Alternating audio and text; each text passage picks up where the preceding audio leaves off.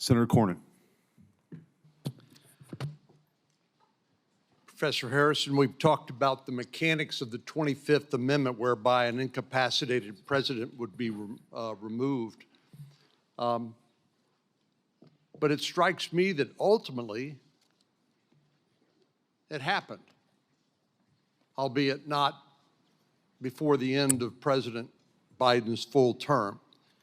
What we saw happen after the disastrous debate in the summer of 2024 is basically an exercise of the powers of the 25th Amendment by the political elites in the Democratic Party to get President Biden not to run again and to substitute Kamala Harris for him as the Democratic nominee for president. So, Mr. Spicer, maybe the mechanics were a little bit different. Maybe the timing was not the same, but doesn't that demonstrate the capacity of the leadership of the Democratic Party, of the Biden family, of the senior staff and the president's administration to be able to convince the president that he no longer was capable of serving and needed to step down?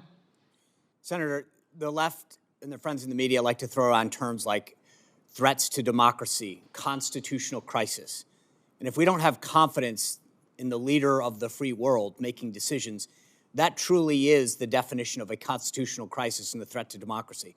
So for all of these folks to stand up here and use those phrases over and over again and then not have the desire to show up, to understand what's happening, to stand up at the time, as we discussed earlier, whether it was a staffer or a cabinet member, to literally avoid going to the Oval Office.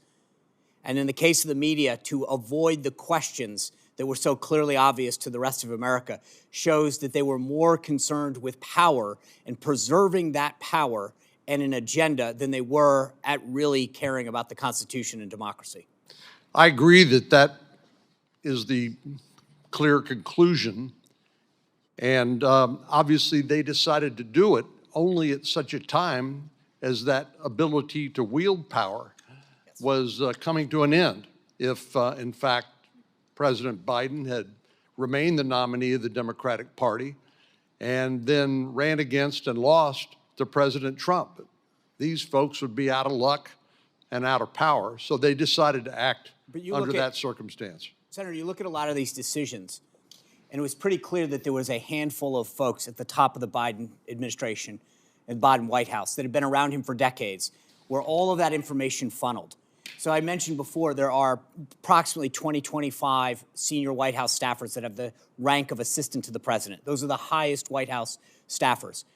I would bet that only a handful of them ever interacted with President Biden on a daily basis. The rest of them had their communications funneled through other people.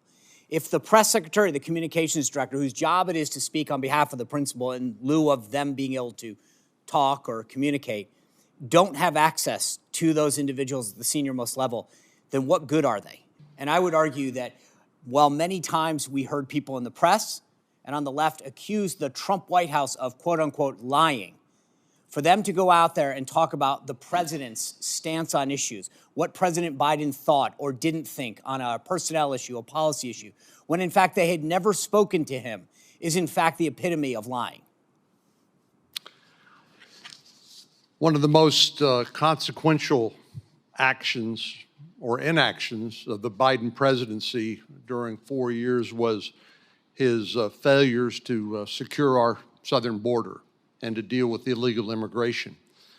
I have in my hand examples of the Biden immigration proclamations and executive orders, and there are a lot of them, as you know.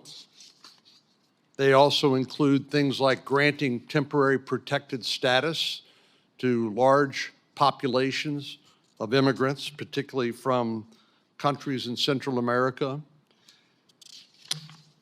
rescinding Trump administration policies when it came to enforcing our laws at the border, granting parole, which is essentially a permission slip to enter the country in a way that would otherwise be illegal.